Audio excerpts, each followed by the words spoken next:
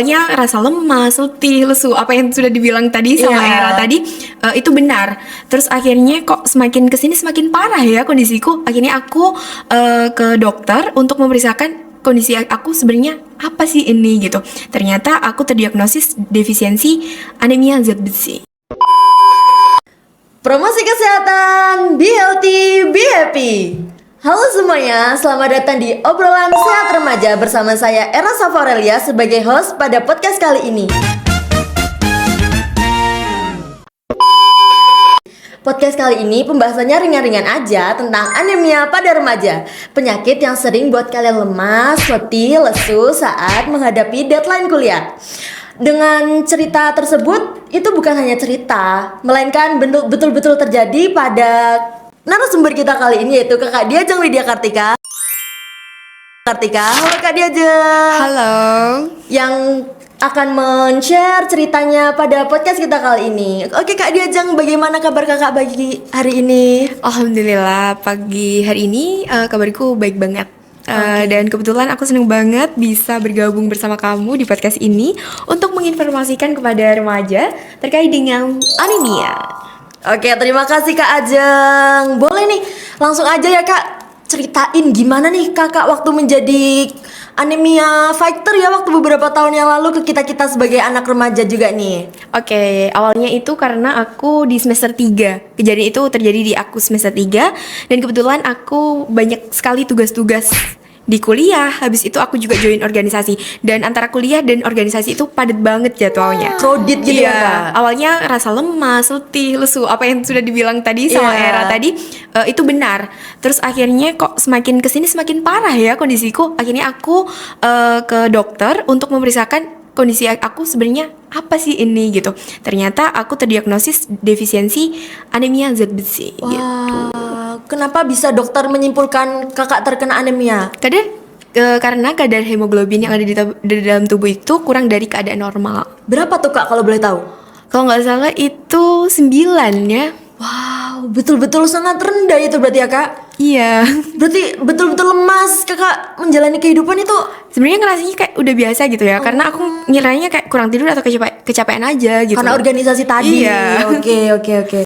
Relatable banget dengan kita yang Gen Z ini yang banyak aktivitas, banyak acara gitu ya Kak. Lalu gimana nih cara kakak ngatasinya? Kasih dong tips and trick buat kita nih. Oke, tentunya aku kasih tips ya buat teman-teman. Itu yang pertama adalah karena aku sudah ke dokter dan aku disarankan untuk mengonsumsi suplemen. Tapi menurutku suplemen aja tidak cukup. Karena apa? Karena kita harus juga merubah pola gaya hidup kita lebih sehat. Betul. Dan itu aku mulai untuk masak-masak sayur di kosan sendiri. Terus habis itu aku juga olahraga di pagi atau sore sebelum kegiatan kayak gitu. Terus habis itu aku juga tidak lupa selalu membawa air mineral atau air putih. Karena pada dasarnya dehidrasi itu bisa lebih memperparah kondisi anemiaku gitu. Oke, kadang remaja itu kalau nggak haus nggak bakal minum ya Kak? Iya, bener. Lupa pasti. Oke, selanjutnya apa nih yang anak muda harus lakukan kayak kita ini biar nggak kena anemia? Sebagai kakak yang sudah berpengalaman, boleh dong kasih share tips buat kita. Oke, menurutku pencegahan paling gampang yang harus dilakukan itu adalah jaga pola makan. Oke. Nggak perlu yang makan mahal, tapi penting ada asupan zat gizinya. Oke. Dan gizinya itu harus seimbang. Dan selain itu aku biasanya juga membuat smoothies bayam. Tapi kalau anak Gen Z nih ya, sukanya kopi atau teh. Tapi coba alihkan ke smoothies yang lebih sehat. Kalau bayam itu kan rasanya hambar ya. Jadi menurutku bisa diinovasikan dengan menambahkan buah-buahan untuk sebagai rasanya. Oke. Gitu. Betul nggak sih kalau kita habis makan protein lalu makan kafein itu menghambat penyerapan protein tersebut? Betul. Oke, berarti bukan sekedar mitos itu ya, Iya, Kak? Betul-betul benar. terjadi. Oke. Untuk selanjutnya nih, ceritain dong kakak pas ngalamin anemia ini apakah saat menjalani organisasi itu menjadi terganggu atau bagaimana?